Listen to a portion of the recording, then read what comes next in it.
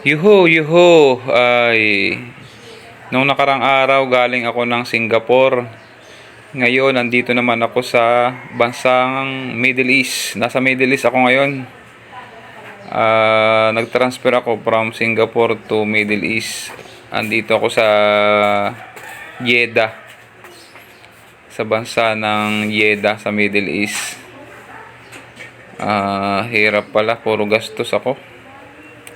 Buti nga lang mayroong sponsor sa aking pamasahe. From Singapore, unang-una from Philippines to Singapore, tapos Singapore to Jeddah, Middle East. Yan o, ganda ng rito, yung daan. Kaso wala akong makitang mga Arabo, mga nakatago yata. Ayan o, may babae.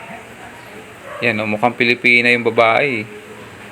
Yung malamang yan, OFW, naghahanap buhay dito sa Jeddah. Yan o, ganda ng fountain.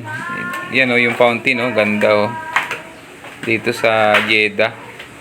Pasyalan ng mga mga Pilipino. Yan o. Kaso walang ngayon, walang mga pumapasyal. Maaga pa eh. Anong oras pa lang? Mga around 7 sa Pilipinas.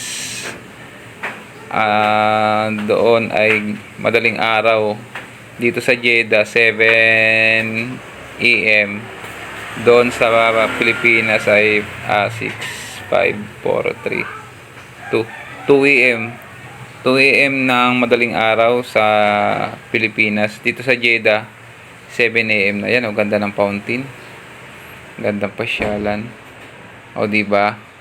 Puro ako gastos, buti nga lang merong sponsor. Ay sige, maraming salamat sa aking sponsor.